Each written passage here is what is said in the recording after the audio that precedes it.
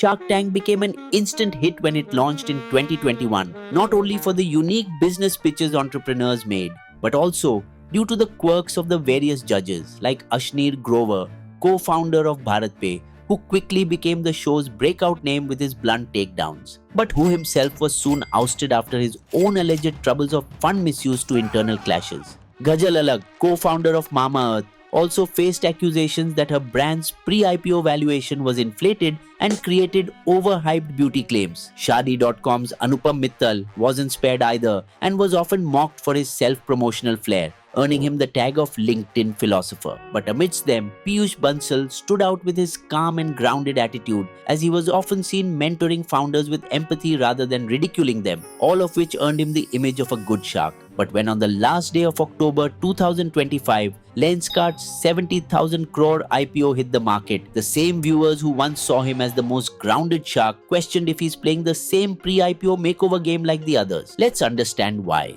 Peyush Bansal, 40, along with his three co-founders Neha Bansal, Amit Chaudhary and Sumit Kapahi, started Lenskart in 2008. Initially a contact lenses business, it later on expanded into affordable and high-quality eyewear. Then to have further control over quality and margins, he built everything from scratch: factories, apps, logistics, even home eye tests. Lenskart dominated the market, running over 2,100 stores in India and around 2,800 worldwide. Its two mega factories in Bhiwadi and Gurugram make nearly 70% of all its glasses in-house using automation, while its chief competitors Titan Eye Plus with 900 stores and Himalaya Opticals with over 130 stores lack in-house manufacturing and rely more on importing, which gave Lenskart a big edge as it could sell quality eyewear 25 to 30% cheaper than most traditional players. When in 2022 it bought the Japanese brand Owndays for $400 million, it allowed them to further expand into Japan, Singapore and the Middle East. By FY25, Lenskart's revenue had jumped to 6,652 crore, with 40% of that coming from international markets. But even as the company's growth story looked unstoppable,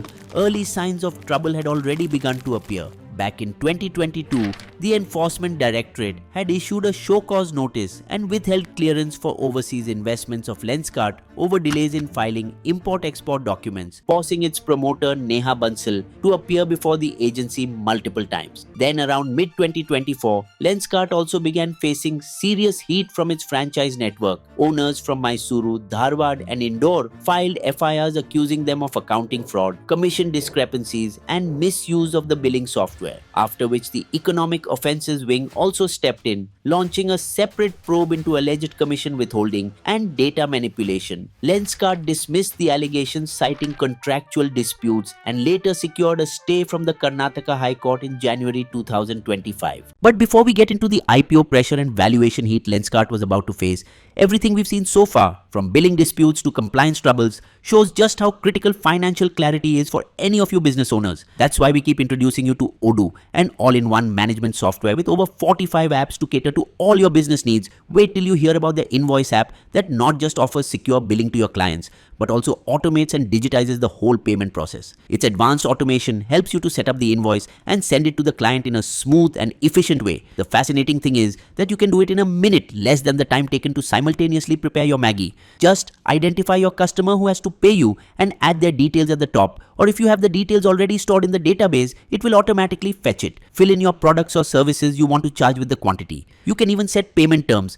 and conditions accordingly. Prices and tax rates are automatically updated according to your stored data. Just confirm and the invoice is ready, which you can send directly by mail or print it. If your client pays you online, you can even track its status and how lovely it is to see the status turn green and paid. You can even customize the invoice design according to your company's color theme, logo and much more, so it doesn't look like a generic invoice. The best part? Odoo's first app is completely free with unlimited support. So why wait? Join over 15 million Odoo users worldwide, click the link in the pinned comment and grow your business rapidly. Coming back to Lenskart. So even as the legal dust seemed to settle, another challenge was already waiting. This time, not from franchisees or regulators, but from the public markets, as when people found out about the IPO details and company's numbers, it got their eyeballs spinning. For instance, Lenskart last reported profit was 297 crore, but buried inside that was some 356 crore worth other income, which consisted of a 167 crore one-time gain from revaluing its own day's investment. In simple words, just an accounting adjustment.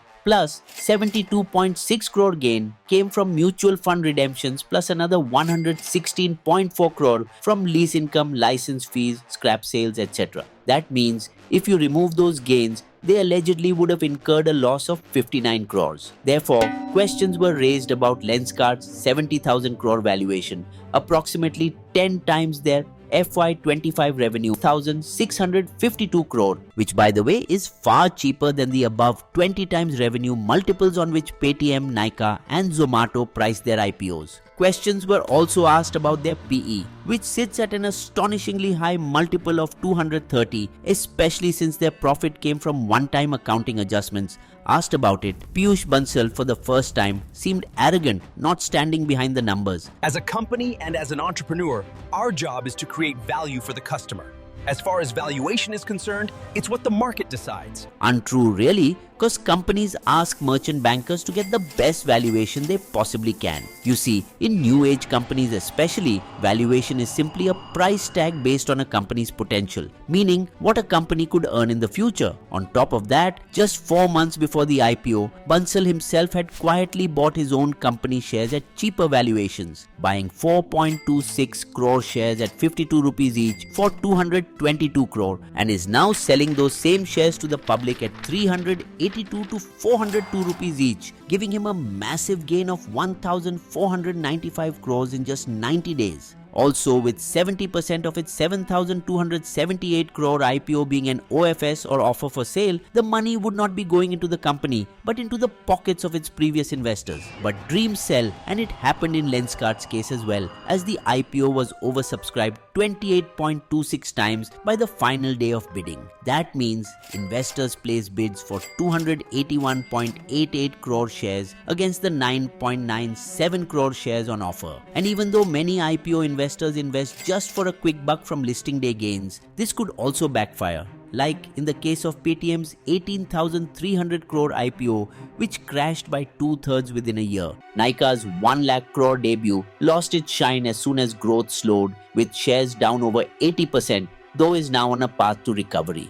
There are examples like Zomato as well, which was once mocked for losses but kept its focus and won the streets again, with its profit 527 crore rupees in FY25. And like Zomato, will Lenskart too mature from a flashy startup to a serious business before the hype wears off? Because despite a strong IPO participation, Lenskart's grey market premium dropped from earlier 108 to just 30 rupees. There's also concern about promoter ownership dropping below 20%, which reduces the founder's personal skin in the game. Though Peyush Bansal has built one of India's most recognizable consumer brands from scratch, and his calm, problem-solving image from Shark Tank has made him one of the most trusted startup faces in the country. But will he lose all that goodwill now that the stock launched at 402 rupees, opened weak at 390 on BSE, a 3% discount?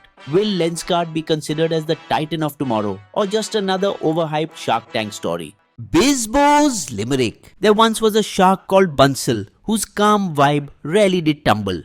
But valuations so high made markets ask why as the listing day graph went crumble. You will also find these sources listed in our video description section.